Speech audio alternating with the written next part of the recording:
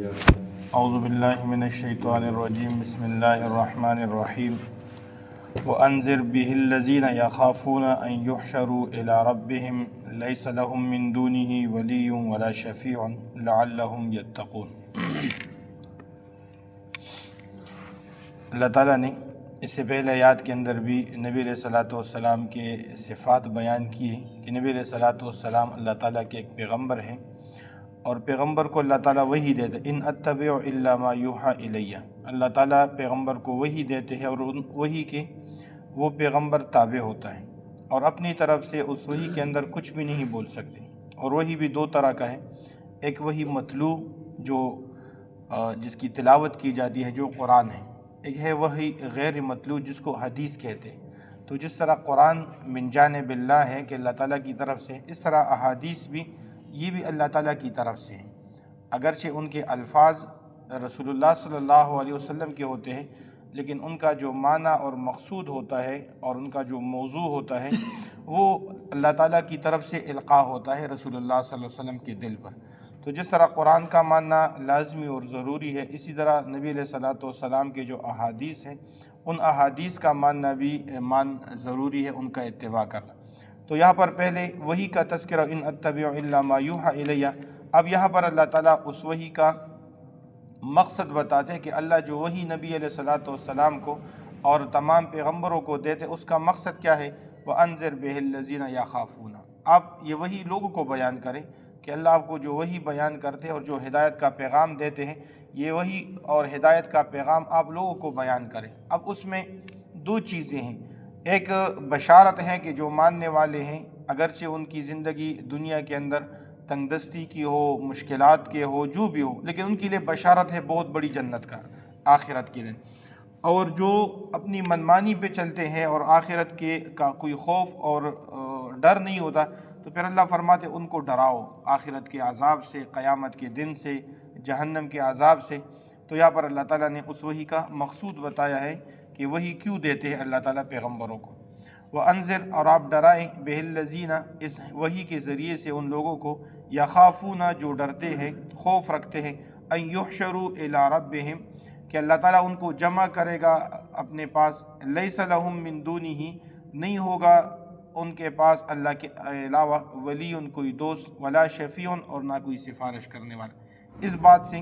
اگر کوئی بندہ اس بات کا اعتراض اٹھائے کہ یہاں پر تو اللہ تعالیٰ نے سفارش کرنے والی کی نفی کر دی، تو پھر نبی علیہ الصلوۃ والسلام کی سفارش کیسی ہوگی؟ اب نبی علیہ الصلوۃ والسلام کی سفارش خود اللہ تعالیٰ نے قرآن کے اندر ثابت کر دی۔ یہاں پر اللہ تعالیٰ نے ان لوگوں کی نفی کی ہے کہ یہ مشرکین مکہ کہتے تھے ہم جن بتوں کو سجدہ کرتے ہیں اور ہم جن بتوں کو خدا سمجھتے ہیں، قیامت کے دن ہمارے پاس ایک بت ہوں گے اللہ تعالیٰ کے ساتھ سفارش کرنے والے۔ اللہ تعالیٰ نے ان بتوں کی نفی کی ہے کہ یہ جو جن بتوں کو تم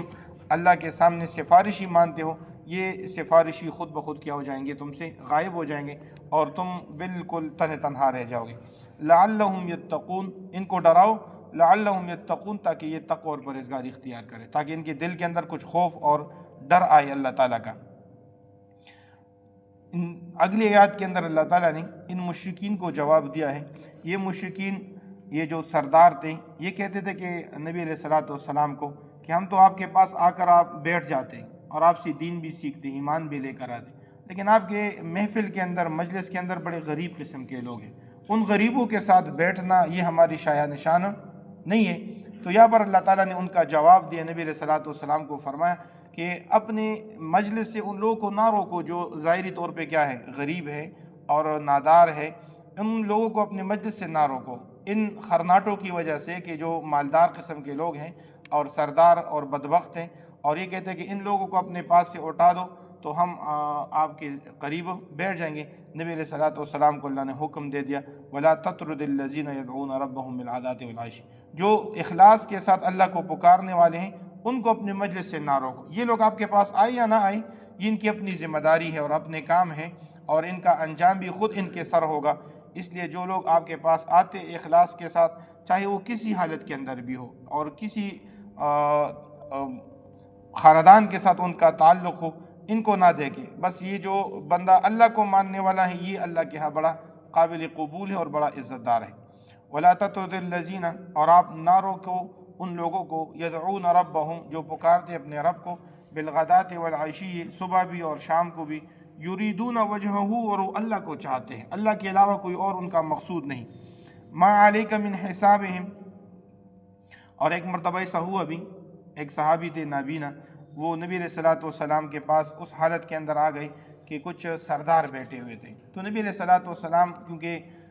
اس بات کا حریص تھے کہ میری امت سب کے سب ہدایت پر آئے، چاہے وہ مشرک ہو، کافر ہو، ہندو ہو، جو بھی ہو، لیکن وہ ہدایت پر آ جائے۔ اب نبی علیہ الصلوۃ والسلام ان کو دعوت دے رہے تھے، اتنے میں ایک نابینا صحابی آ گئے، اور نابینا صحابی نے نبی علیہ الصلوۃ والسلام کو عرض کیا، اللہ کے رسول، اللہ نے آپ کو جو دی ہے ہمیں بھی کچھ دے دو اور ہمیں بھی کچھ سکھاؤ۔ تو نبی علیہ الصلوۃ والسلام پر یہ بات ذرا گراں گزری کہ یار یہ کس طرح کی اس موقع کے اندر ان کو نہیں آنا چاہیے تھا۔ اللہ تعالیٰ نے پوری صورت نازل کری، عبس وتولی ان جاءہ الاعمی، ایک نابینا بندے کے آنے سے آپ کے دل اور آپ کے کچھ تھوڑے سے شروع ہو گئے، آپ کو اس طرح نہیں کرنا چاہیے تھا۔ آپ کو کیا پتہ ہے کہ جو لوگ آپ کے پاس بیٹھے یہ ہدایت پائیں گے یا نہیں پائیں گے؟ جو بندہ آپ کے پاس آیا وہ تو ہے ہی ہدایت والا، تو ان کو آپ نہیں کرنا چاہیے تھا۔ آپ نبی علیہ الصلوۃ والسلام کو تنبیہ کر دی کہ آپ نے آپ پر جو بات گراں گزری اس طرح نہیں ہونا چاہیے تھا۔ تو یہاں پر بھی اللہ تعالیٰ وہی بات کو دہرا رہے کہ آپ ان لوگوں کو نہ روکے رکھو۔ ما علیک من حسابہم من شیء، آپ پر کوئی حساب کتاب نہیں ان کے بارے میں کسی چیز کے، یہ ہدایت پائیں یا نہ پائیں آپ پر کوئی ذمہ داری نہیں، آپ کا کام ہے کہ آپ ہدایت کا پیغام پہنچا دیں، اب ماننا یا نہ ماننا ان لوگوں کی خود اپنی ذمہ داری ہے۔ وما من حسابک علیہم من شیء، اور آپ کے بارے میں ان پر کوئی حساب کتاب نہیں ہے کسی چیز کا بھی۔ فتطردہم، اگر آپ ان کو روکے رکھیں گے، ان کو منع کریں گے اپنے مجلس سے، فتکون من الظالمین، آپ ظالموں میں شمار ہو جائیں گے، اس طرح نہ کریں۔ وکذالک فتنا بعضهم ببعض، اللہ فرماتے ہیں ہم نے بعض کو بعض کے ذریعے سے امتحان کے اندر ڈال دیا ہے۔ اب کچھ لوگ غریب ہیں، کچھ لوگ مالدار ہیں، اب یہ ایک امتحان ہے۔ اب مسجد ہے، ایک ہی رب کے سامنے ایک ہی صف پہ کیا ہوتا ہے؟ سجدہ ہوتا ہے۔ اب اگر کوئی مالدار بندہ یہ کہے کہ بھائی عجیب قسم کے لوگ ہوتے مسجد میں ذرا اپنے حجرے کے اندر اور اپنے گھر کے اندر نماز پڑھ لوں گا، یہ اللہ نے ایک امتحان بنا دیا ہے۔ اب امتحان کیا ہے؟ لیقولوا،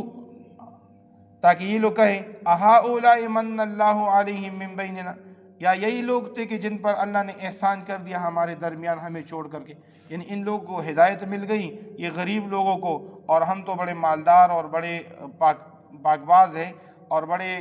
جاہ اور جلال والے ہیں، ہم تو ان کے قریب بیٹھ جائیں گے۔ اللہ نے فرمایا یہ میں نے ایک امتحان بنا دی، اب دیکھتا ہوں کہ کون اس امتحان کے اندر پاس ہوتا ہے اور کون اس امتحان کے اندر فیل ہوتا ہے۔ الیس اللہ، کیا اللہ نہیں ہے بِأَعْلَمَ، کہ بہت زیادہ جان جائے، بالشاکرین، اپنے شکر گزار بندوں، اللہ کو پتہ ہے کہ کون شکر کرنے والا، یہ مالدار بندہ زیادہ شکر کرنے والا ہے یا یہ غریب بندہ زیادہ شکر کرنے والا ہے؟ ہدایت کا لائق کون ہے؟ یہ مالدار زیادہ لائق ہے یا یہ غریب زیادہ لائق ہے؟ اللہ کہتے ہیں میں خوب جانتا ہوں اپنے شکر کرنے والے بندوں کو، تمہیں اس چیز کی پرواہ نہیں کرنی چاہیے۔ وَإِذَا جَاءَكَ الَّذِينَ، اور جب آپ کے پاس آئے وہ لوگ، يُؤْمِنُونَ بِآيَاتِنَا، کہ جو ہماری آیات پر ایمان رکھنے والے ہیں، فَقُلْ سَلَامٌ عَلَيْكُمْ، تو آپ ان کو کہہ دو اللہ کی سلامتی ہو تمہاری اوپر۔ كَتَبَ رَبُّكُمْ عَلَيْكُمْ، كَتَبَ رَبُّكُمْ، تمہارے رب نے لکھا ہے، عَلَى نَفْسِهِ الرَّحْمَةِ، اپنے اوپر خود لازم کر دیا رحمت کو، یعنی اگر کسی سے کچھ گناہ ہو اور وہ مسلمان ہو اور وہ آپ کے پاس آ جائے تو ان کو تسلی دو، آپ ان کو کہو کہ اللہ معاف کرنے والا ہے، آپ سے جو بھی گناہ ہوا ہے اللہ کی رحمت بہت بڑی ہے، اور اللہ نے اپنے اوپر لازم کر دیا کہ میں رحمت کا معاملہ کروں گا۔ اس کو ڈراؤ دھمکاؤ نہیں، ایسا نہیں کہ کوئی گناہ گار آ جائے اور آپ کو کہو دفع ہو جاؤ یہاں سے مسجد سے، تم کل ادھر گناہ کر رہے تھے، چوری کر رہے تھے، اور بھائی کل گناہ کر رہا تھا، آج اپنے رب کے سامنے آئے سجدہ کرنے والا، تو میں کون ہوتا ان کو روکنے والا؟ یا کوئی اور بندہ کون ہوتا ہے ان کو روکنے والا؟ وہ بندہ اللہ کا ہے، میرا اور آپ کا نہیں ہے، یا کسی مولوی کا نہیں ہے، یا کسی شیخ الحدیث کا نہیں ہے، یا کسی مسجد کے امام کا نہیں، وہ تو اللہ کے ساتھ ان کا اپنے کا معاملہ ہے۔ تو اس لیے نبی علیہ الصلوۃ والسلام کو اللہ تعالیٰ نے حکم دیا ہے کہ جو مسلمان کوئی گناہ کر کے آپ کے پاس آئے تو ان کو تسلی دو، کہ ان کو یہ بتا دو اور امید کرا دو کہ بھائی اللہ معاف کرنے والے، آپ توبہ کرو گے تو اللہ آپ کو معاف کرے۔ انہ من عمل منکم سوءا، اس بات کی تسلی دو کہ جو بھی آپ میں سے کوئی بری بات اور برا عمل کر لے، بجہالت، نادانی سے، کسی نے گناہ کر دیا نادانی سے، ثم تاب من بعدہ، پھر اس نے اس کے بعد توبہ کر دی، واصلح، اور توبہ کرنے کے بعد اس گناہ کو چھوڑا، اپنی اصلاح بھی کر دی، نیکی کی طرف آ گیا، فَأَنَّهُ غَفُورٌ رَحِيمٌ، وہ رب بڑا معاف کرنے والا اور رحم کرنے والا ہے۔ اس بات سے آپ نہ ڈرو کہ گناہ کی وجہ سے اللہ مجھے عذاب دے دے گا، لیکن اگر آپ توبہ کرو تب۔ وَكَذَلِكَ نُفَصِّلُ الْآيَاتِ، اسی طرح ہم تفصیل سے بیان کرتے ہیں ان آیات کو، وَلِتَسْتَبِينَ سَبِيلُ الْمُجْرِمِينَ، تاکہ جو مجرموں کا راستہ ہے وہ بالکل جدا ہو جائے، وہ بالکل ظاہر ہو جائے،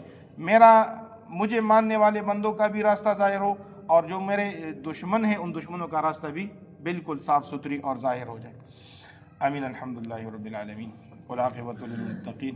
والصلاۃ والسلام علی اشرف الانبیاء والمرسلین، ربنا آتنا فی الدنیا حسنہ وفی الآخرۃ حسنہ وقنا عذاب النار۔ دعا فرمائے اللہ تعالیٰ اس بارش کو پوری امت کے لیے خیر اور برکت کا بنائے۔ اللہ تعالیٰ اس کے اندر جتنی خیر اور برکت ہے پوری امت مسلمہ کو خیر اور برکت نصیب فرمائے، اور اس بارش کے اندر جتنا بھی شر ہے، فساد ہے، اللہ اس شر اور فساد سے پوری امت مسلمہ کو محفوظ فرمائے۔ ہم سب کو جتنی بھی ضروریات ہیں اللہ اپنے غیب کے خزانوں سے پورا فرمائے، اپنے در کے علاوہ کسی اور در کا محتاج نہ بنے، ہماری دعاؤں کو اپنے فضل اور کرم سے قبول اور منظور فرمائے۔ وصلی اللہ تعالی علی خیر خلقہ محمد و آلہ و اصحابہ اجمعین برحمتک۔